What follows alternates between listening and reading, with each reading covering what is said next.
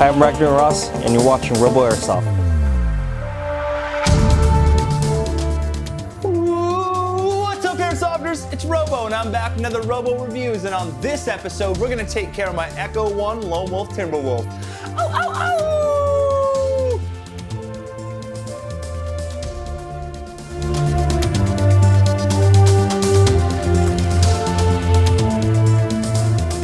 So here it is, guys, my Echo1 Lone Wolf Timberwolf. Now this is the sidearm that I use the majority of the time out of the two that I own.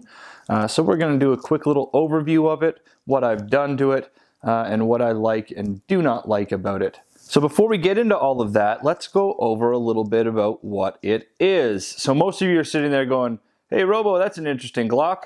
And I'll say, well, technically it's not a Glock.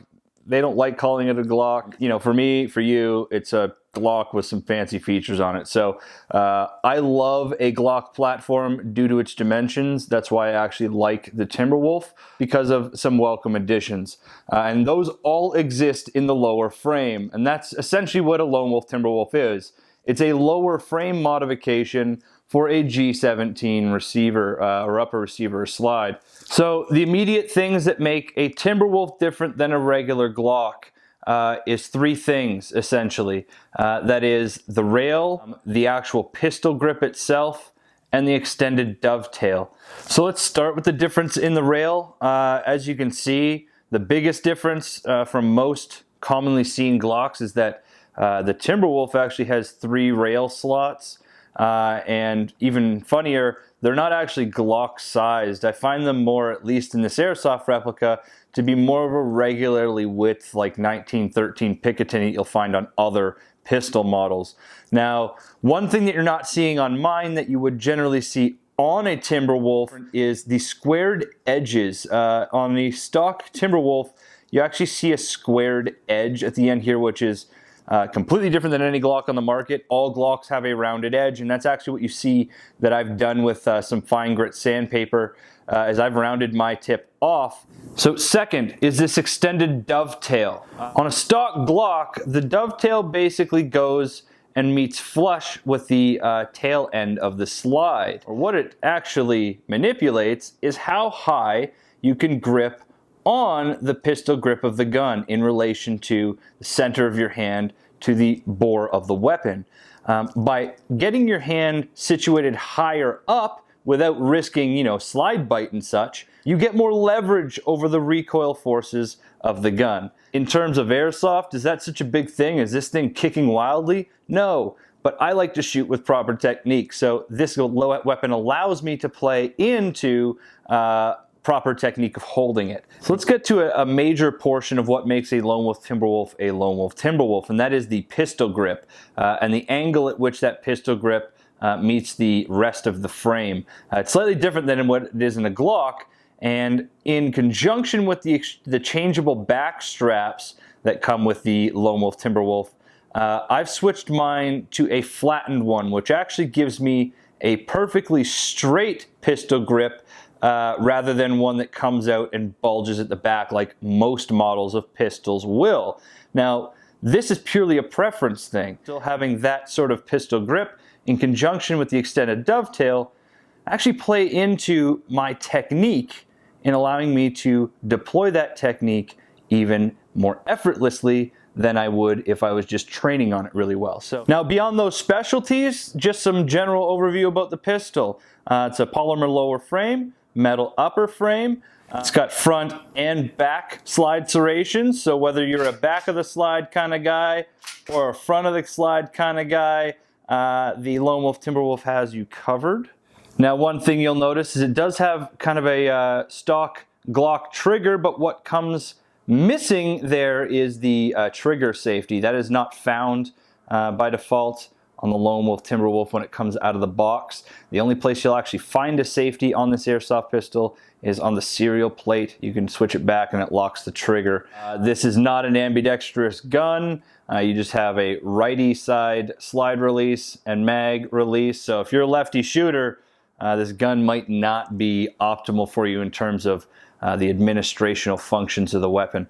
You're essentially going to get high visibility stock Glock post and notch sights, nothing special there. Now back to the pistol grip for a short second, just in relation to the texturing that you'll find different than a Glock as well. This is a much more aggressive texturing that you find on the Lone Wolf Timberwolf frame. Now, does this matter? There's some proponents that say yes and some that say no. I'm one that says yes. You know, anything that adds a little bit of grip, especially under high stress or maybe sweaty or wet situations, I'm all for, and an aggressive kind of patterning will give that. You'll see something else that's kind of special about this frame, and that's something that I've done, and again, it's in the same avenue as the Lone Wolf grip, and that is I've gone ahead and stippled my frame. Stippling, you know, it takes an annoyingly long time, especially if you do it archaically like I do with a wood burner, stippling each of those dots individually. For those of you who don't know, stippling not only looks kind of cool because you see it in magazines and you know, actual gunfighters doing it, it has a real scientific application or purpose, and that is, you know, friction works on you know, two principles essentially, and that is the composition of the materials rubbing against each other and the surface area that the friction is being applied across. So I mean, essentially stippling changes the surface property from a smooth to a rough or coarse surface that adds ridges and valleys for your hand, the skin of your hand to actually rub against. So that's why I stipple it. I mean, again, not only does it look cool, but it actually allows me to apply positive pressure without slipping on the actual smooth parts of the frame itself. So for those that are curious, I went ahead and I stippled like a little trident in the bottom of the trigger guard there. Now that is both fashionable and functional. The fashionable part of it is, well, it's a trident. Did it have to be a trident? No, it did not. The functionality portion of it is just stippling that bottom portion, and what that does is allow a place for my middle finger on my actual fire control hand to have a little bit more friction on the bottom of that trigger guard, and the same thing with my index finger on my support hand to have a little bit more friction when my hands come together to grip the pistol in a firing position. Now the Lone Wolf magazine holds 24 rounds plus one in the chamber. And comes with a uniquely branded Lone Wolf base plate to it. Now again, because I had mentioned that the pistol grip is at a slightly different angle, you can use G17 mags. I've tried them with Wii G17 mags.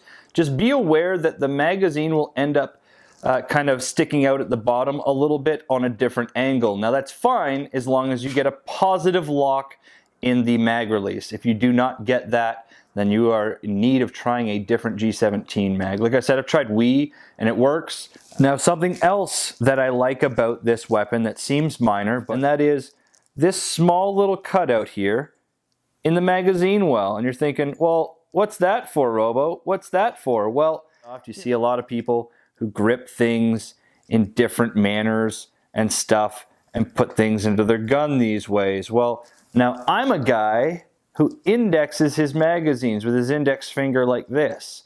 And what this allows me to do is line up the gun and the mag with my index finger and drive the magazine home cleanly and smoothly.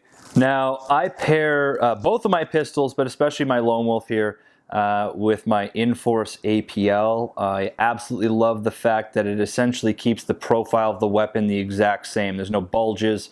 It's all geometrically rectangular and pretty much the same thickness as the weapon itself. So it's a match made in heaven when it comes to operation of the weapon in low light situations and still maintaining a proper grip and a natural grip without having to think of using the extra tool I've added to this tool. From what I recall, it comes in at around 300 using green gas on a good day. You know, it's good enough for an airsoft pistol. In terms of reliability and accuracy, again, it's good enough in terms of an airsoft pistol. It's pretty much on par with any of the other ones I've used, you know, with the exception of the KWA H&K 45, which I think is pretty much the best pistol on the face of the planet in the game of airsoft, except I hate the USP family in terms of its proportions to my hand, so that's another story altogether. So the Lone Wolf Timberwolf does its job. So what do I like about it and what don't I like about it? Well, I kind of went over the things I do like about it. I like all the features that a Lone Wolf lower frame brings to a G17 game. What I don't particularly like about the Lone Wolf Timberwolf is there are a few things that you should do to the gun out of the box that if you don't, the gun will still work. You just won't know that it won't be working as efficiently. And one of those things that I'm going to talk about will actually, if you don't do it, may lead to some stress breakage of some internal parts. I had it happen to me actually. So first and foremost, when you get a Lone Wolf Timberwolf out of the box and you take apart the slide, you'll notice that this slide surface is actually painted. I highly recommend, as Brian over at Echo1 recommended in one of his videos a long time ago, to polish that to a near mirror finish. That'll keep your slide cycling back and forth along the weapon nice and smooth. Now, as an extension of that, you can do the same to the other surface. There's a caveat to that. For some reason, no matter how much I polish these to a mirror finish, I still have a problem, and that leads to the first thing I don't really like about this weapon, and I haven't figured it out yet. Now, no matter how much I mirror the surface, there's still a pressure point, a catch point, a friction point along this pathway that I can't seem to figure out. And it starts right up here at the start. Right there, you have to push it back. And what it can do at low gas volumes is actually prevent the slide from going forward. You gotta manually charge it forward. So I haven't quite figured that one out. I don't know if it's due to the angle at which the barrel cants as the slide goes back, or if it's due to some sort of manufacturing or the paint in there. I don't know. I'll figure it out. It hasn't done anything catastrophic, but it's something to be aware of, at least in my pistol. I don't know if it transfers to other Lone Wolf Timberwolves out there. All right, so back to the slide assembly to demonstrate the other two problems, and I think they actually go one in one together. For some reason, this nozzle really likes to stick inside that hop-up.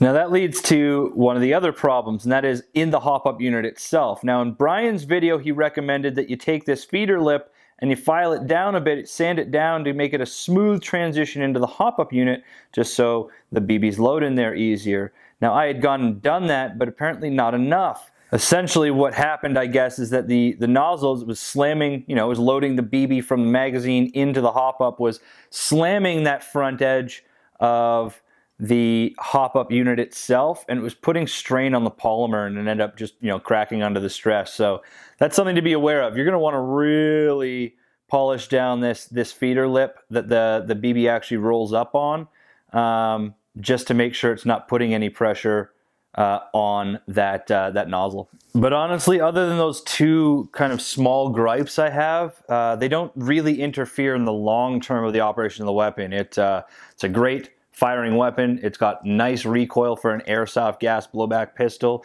and it's accurate enough to do the job. And in my case, it fulfills all the things I wish out of the grip and deployment of the technique that I use for pistol shooting. So, for my books, it's one of the best pistols I've owned, again, other than the HK45, which is just on a totally different level. So there you have it, guys. I hope you enjoyed this little review / overview of my Echo1 Lone Wolf Timberwolf. I know you guys have been asking for a review of my secondaries for a while now, so I hope you enjoyed this one. Coming down the pipes next is actually my other secondary, which is a Wee M&P9 clone, or the Toucan or Big Bird.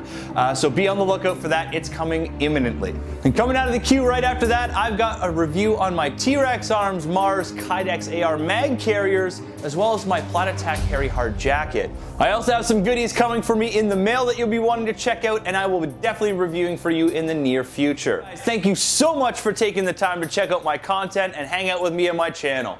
If you liked this video or didn't like this video, drop me a line in the comments below. I love the conversation. If you could do me a gigantic solid, and that is like, subscribe, and share with all of your friends, it keeps me happening in this YouTube game. And as always, guys, until next time, keep having fun playing Airsoft, being good community members, and defend what you love. Later, guys.